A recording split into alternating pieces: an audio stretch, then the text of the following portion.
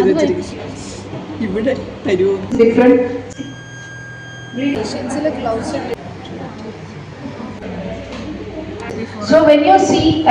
Hi everyone, welcome back to yet another episode of Cosmetological Practical Session Series Part 4.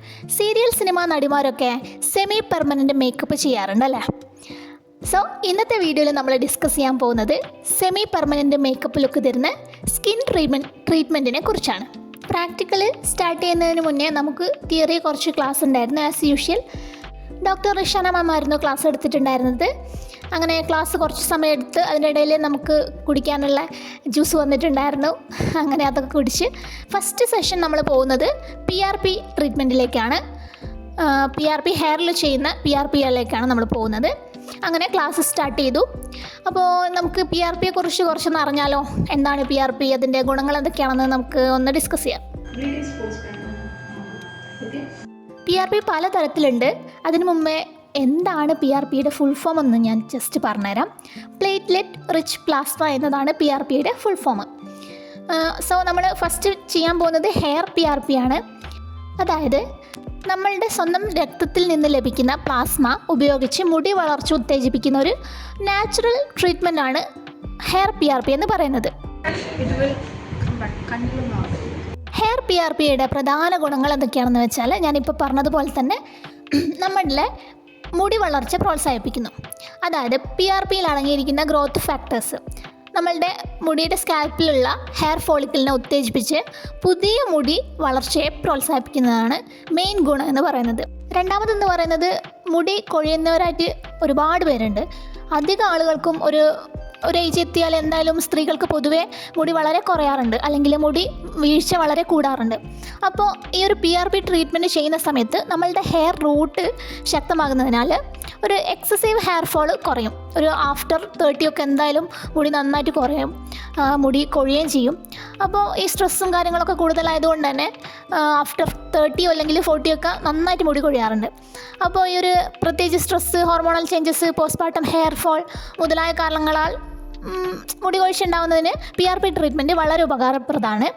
പിന്നെ പറയുകയാണെങ്കിൽ thin hair തിക്ക് hair ആവുന്നുണ്ട്. അതായത് കട്ടി കുറഞ്ഞ ഹെയർ അത് കൂട്ടാനത് സഹായിക്കുന്നുണ്ട്.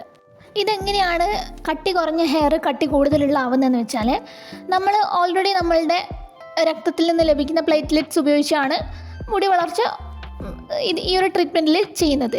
അപ്പോൾ മുടി സ്ട്രാൻഡുകൾക്ക് കൂടുതൽ പോഷണം ലഭിക്കുന്നു. അതുകൊണ്ടാണ് ഈ തിന്നായിട്ടുള്ള മുടി ഗ്രാജുവലി തിക്കായിട്ട് മാറുന്നത്. പിന്നെ സ്കാൽപ്പിൻ്റെ സർക്കുലേഷനെ മെച്ചപ്പെടുത്തുന്നുണ്ട്. നമ്മുടെ PRP ഇഞ്ചെക്ഷൻസ് സ്കാൽപ്പിലേക്ക് കൂടുതൽ ഒരു ബ്ലഡ് സർക്കുലേഷൻ അല്ലെങ്കിൽ രക്തപ്രവാഹം വർദ്ധിപ്പിച്ച് ഫോളിക്കിൾസിന് ഓക്സിജനൊക്കെ കൊടുക്കുന്നുണ്ട്. ഓക്സിജനും അതുപോലെ പോഷകങ്ങളൊക്കെ എത്തിക്കുന്നുണ്ട്. അതുകൊണ്ട് തന്നെ നമ്മളുടെ സർക്കുലേഷൻ കൂടുന്നു. പിന്നെന്ന് വെച്ചാൽ കെമിക്കൽ ഫ്രീ നാച്ചുറൽ തെറാപ്പിയാണിത് എന്ന് പറയുന്നത്. നമ്മളുടെ സ്വന്തം രക്തമാണ് ഉപയോഗിക്കുന്നത്. അതുകൊണ്ട് തന്നെ കെമിക്കൽ സൈഡ് എഫക്ട്സ് ഇല്ല എന്ന് തന്നെ പറയാം. അലർജിക് റിയാക്ഷൻസ് ഉണ്ടാകാനുള്ള സാധ്യത വളരെ കുറവാണ്. നമ്മളുടെ രക്തം തന്നെ ഉപയോഗിക്കുന്നത് കൊണ്ട് തന്നെ നമുക്ക് അലർജിയൊക്കെ ഉണ്ടാകാവുന്ന വളരെ കുറവാണ്. ഈ ഒരു PRP ട്രീറ്റ്മെൻറ്റ് കഴിഞ്ഞാൽ നമ്മൾ കുറച്ച് കാര്യങ്ങൾ ശ്രദ്ധിക്കാനുണ്ട്. ഒന്നാമതെന്ന് വെച്ചാൽ PRP ട്രീറ്റ്മെൻറ്റ് കഴിഞ്ഞ് 24 മണിക്കൂർ നമ്മൾ സ്കാൽപ്പ് കഴുകരുത്, അതായത് തല കഴുകരുത്. കാരണം സെറമൊക്കെ നമ്മൾ ഇഞ്ചെക്ട് ചെയ്യുന്നതാണ്. പിന്നെ കഠിനമായ ചൂടിൽ, അതായത് സൂര്യപ്രകാശത്തിൻ്റെ അടുത്ത് നമ്മൾ കൂടുതൽ തല ഇങ്ങനെ എക്സ്പോഷർ ആകാതിരിക്കുക. പിന്നെ നമ്മൾ മെയിൻ യൂസ് ചെയ്യേണ്ട ഓയിൽസും സെറംസൊക്കെ ഡോക്ടർ നിർദ്ദേശിക്കും, അതുമാത്രം ഉപയോഗിക്കുക. അങ്ങനെ കുറച്ച് കാര്യങ്ങൾ നമ്മൾ ശ്രദ്ധിച്ചാൽ മാത്രമേ ഇത് സക്സസ് ആവുള്ളൂ. പിന്നെ നമുക്കൊരു 3 മുതൽ 4 സിറ്റിംഗ് വരെ ഓരോ മാസം ഇടവിട്ട് ചെയ്യേണ്ടി വരും.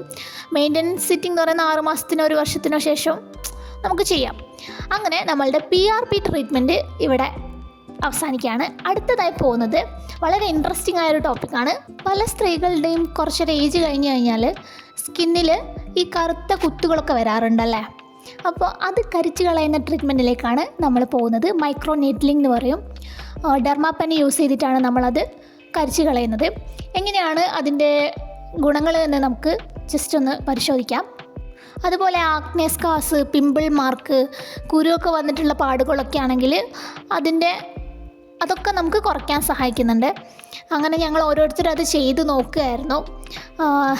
ഞാൻ ചെയ്ത് നോക്കിയപ്പോൾ ജസ്റ്റ് ആ ഡോക്ടർക്ക് ഒന്ന് പൊള്ളി. അതിൻ്റെ റിയാക്ഷനാണ് നിങ്ങളിപ്പോൾ വീഡിയോയിൽ കാണുന്നത്. ഇവിടെ തരുമോ? ആദ്യമായിട്ടാണ് ചെയ്യുന്നത്, അതിൻ്റെ എല്ലാ പോരായ്മകളും ഉണ്ടായിരുന്നു. പക്ഷെ നമ്മൾ ആരെങ്കിലും കോസ്മെറ്റോളജി പ്രാക്ടീസ് ചെയ്യുന്ന ആരെങ്കിലും ഇത് കാണുന്നുണ്ടെങ്കിൽ നമ്മൾ സ്കിന്ന് വെച്ചിട്ടാണ് കളിക്കുന്നത്. അപ്പം വളരെ ശ്രദ്ധിച്ച് മാത്രം ചെയ്യുക. എനിക്ക് ചെറിയൊരു അബദ്ധം പറ്റി. ഓക്കെ, എനിവേ അത് കുഴപ്പമില്ല, വലിയ പൊള്ളലൊന്നും ആയിരുന്നില്ല. അങ്ങനെ അതിന് ശേഷം കൃത്യമായിട്ട് അത് ചെയ്തു. ഓക്കെ, അപ്പം നമ്മൾക്ക് ഇത് ചെയ്യുന്നതിലൂടെ നമുക്ക് ഒരു സ്ട്രെച്ച് മാർക്കൊക്കെ കുറയ്ക്കാൻ സാധിക്കുന്നുണ്ട്. പ്രത്യേകിച്ച് കൈ, കാൽ, വയർ തുടങ്ങിയ ഭാഗങ്ങളിലൊക്കെ ഒരു സ്ട്രെച്ച് മാർക്കൊക്കെ ഉണ്ടെങ്കിൽ അത് ഫെയ്ഡാക്കാൻ സഹായിക്കുന്നുണ്ട്. പിന്നെ പുതിയ സ്കിൻ സെൽസ് രൂപപ്പെടുന്നതിനാൽ സ്കിന്ന് മിനുസമുള്ളതാവും, ഗ്ലോ വർദ്ധിക്കുകയും ചെയ്യും. എൻലാർജ്ഡ് പോസ് മെച്ചപ്പെടുത്തുന്നുണ്ട്, സ്മൂത്ത് ലുക്ക് ലഭിക്കുന്നുണ്ട്. അങ്ങനെ ഒരുപാട് ഗുണങ്ങളുണ്ട്. അപ്പോൾ അതൊക്കെ കഴിഞ്ഞതിന് ശേഷം ഞങ്ങൾ നേരെ ഫുഡ് കഴിക്കാൻ പോയി. ആഫ്റ്റർനൂൺ സെഷൻ സ്റ്റാർട്ട് ചെയ്തത് ഒരു ഇൻസ്ട്രുമെൻ്റ് പരിചയപ്പെടുത്തിക്കൊണ്ടായിരുന്നു. അതായത് നമ്മളുടെ മുടിയിലൊക്കെ വട്ടത്തിൽ മുടി പോകുന്ന ആളുകൾ ഉണ്ടോ നിങ്ങളാരെങ്കിലും? അങ്ങനെ ആരെങ്കിലും അറിയുന്നുണ്ടോ? അലോപേഷ്യ എന്നാണ് അതിന് പറയാം, വട്ടത്തിൽ മുടി പോവുക. അപ്പോൾ അതിന് നമ്മളുടെ ആയുർവേദത്തിൽ ചെയ്യുന്നൊരു ട്രീറ്റ്മെൻറ്റാണ് പ്രച്ഛാനം. അപ്പം ആ ഒരു ട്രീറ്റ്മെൻറ്റിന് യൂസ് ചെയ്യുന്ന ഇൻസ്ട്രുമെൻ്റാണ് ഇതെന്ന് പറയുന്നത്. ഇതിൻ്റെ മെയിൻ ഗുണങ്ങളെന്ന് പറയുന്നത് രക്തസഞ്ചാരം, സ്കാൽപ്പിൽ ബ്ലഡ് സർക്കുലേഷൻ കൂട്ടുന്നു എന്നുള്ളത് തന്നെയാണ്. പിന്നെ ഡോർമൻ്റ് ഹെയർ ഫോളിക്കിൾസ് ഉണ്ടാക്കുന്ന, അതുപോലെ ഡാൻഡ്രഫ്, സെബോറിക് സ്കാൽപ്പ് കണ്ടീഷൻ എന്നിവയൊക്കെ കുറയ്ക്കാൻ സഹായിക്കുന്നുണ്ട്. പിന്നെ മെയിൻ എന്ന് പറഞ്ഞാൽ ന്യൂ ഹെയർ റീഗ്രോത്ത് ഉത്തേജിപ്പിക്കുന്നുണ്ട്. സ്ട്രെസ് റിലേറ്റഡ് ഹെയർ ഫോള് കുറയ്ക്കുന്നതിനും നമ്മൾ യൂസ് ചെയ്യുന്നുണ്ട്. ഓക്കെ, അപ്പോൾ നമുക്ക് നേരെ BB ഗ്ലോ ട്രീറ്റ്മെൻറ്റിലേക്ക് പോവാം. ഒന്നും കൂടെ പറയാം, BB ഗ്ലോ എന്നതൊരു സെമി പെർമനൻറ്റ് സ്കിൻ ട്രീറ്റ്മെൻ്റ് ആണ്. അത് മുഖത്തിനൊരു ഇൻസ്റ്റൻറ്റ് ഗ്ലോയിങ് അല്ലെങ്കിൽ ഇവൻ ടോൺഡ് ആൻഡ് റേഡിയൻ ലുക്ക് നൽകാൻ സഹായിക്കുന്നുണ്ട്. അതുപോലെ മൈക്രോ നീഡ്ലിംഗ്, അതുപോലെ ടിൻറ്റഡ് സെറം, BB ക്രീം പോലുള്ള ചേർത്ത് ചെയ്യുന്ന ഒരു ഫേഷ്യൽ തെറാപ്പിയാണ് BB ഗ്ലോ എന്ന് പറയുന്നത്. മെയിൻലി ഡീപ്പ് ക്ലെൻസിങ്, എക്സ്ഫോളിയേഷനും അതുപോലെ micro needling, BB serum application, അതൊക്കെയാണ് അതിൻ്റെ സ്റ്റെപ്പ് എന്നൊക്കെ പറയുന്നത്. ഒരുപാട് സീരിയൽ നടിമാരും അതുപോലെ സിനിമ നടിമാരൊക്കെ ഇൻസ്റ്റൻറ്റ് ഗ്ലോവിന് വേണ്ടിയിട്ടൊക്കെ ഈ ഒരു BB ഗ്ലോ ട്രീറ്റ്മെൻറ്റ് ചെയ്യാറുണ്ട്. സെമി പെർമനൻ്റ് ആയിട്ടുള്ള സ്കിൻ ട്രീറ്റ്മെൻറ്റ് ചെയ്യാറുണ്ട്. ഇതിൻ്റെ ഒരു മെയിൻ ഗുണം എന്ന് പറയുന്നത് തന്നെ സ്കിൻ ടോണിൻ്റെ pigmentation, dark spots, redness, uneven tones എന്നിവയൊക്കെ കുറയ്ക്കുമെന്നുള്ളതാണ്. അതുപോലെ ഇൻസ്റ്റൻറ്റ് ഗ്ലോ, ബ്രൈറ്റ്നസ്, മുഖത്ത് തിളക്കം കൂടുകയും ഹെൽത്തി റേഡിയൻസ് ലഭിക്കുകയും ചെയ്യുന്നുണ്ട്.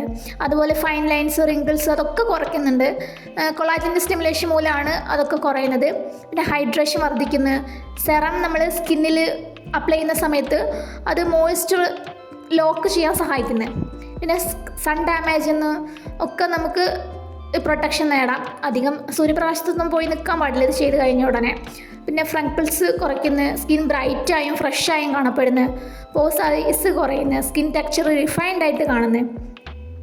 മേക്കപ്പ് ലുക്ക് വിത്തൗട്ട് മേക്കപ്പ് എന്നാണ് നമ്മൾ പറയുക. ഫൗണ്ടേഷൻ ഉപയോഗിക്കാതെ തന്നെ ഫൗണ്ടേഷൻ ഉപയോഗിച്ചതുപോലെ നമുക്ക് ഫീൽ ചെയ്യുന്നു എന്നുള്ളതാണ്. പിന്നെ ലോങ് ലാസ്റ്റിംഗ് എഫക്റ്റ് ശരിയായി നൽകി ചെയ്താൽ ഒരു 4-6 മാസം വരെ ഫലം നിലനിർത്താൻ സഹായിക്കുന്നുണ്ട്.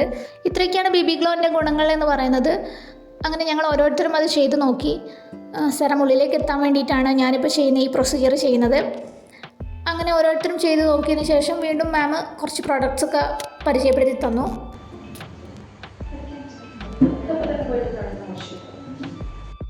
വൈകുന്നേരം 4:30 ആകുമ്പോഴത്തേക്കും 7ാമത്തെ ദിവസത്തെ പ്രാക്ടിക്കൽ സെക്ഷൻ കഴിഞ്ഞു. അത് ഞാൻ വീട്ടിലേക്ക് പോവാണ്. എല്ലാവർക്കും വ്ലോഗ് ഇഷ്ടപ്പെട്ടെന്ന് വിചാരിക്കുന്നു. അപ്പോൾ അടുത്ത വീഡിയോ ആയി കാണുന്നത് വരെ ഇറ്റ്സ് ഫ്രം ഡോക്ടർ ദൃശ്യ. Thank you for watching my video and good bye.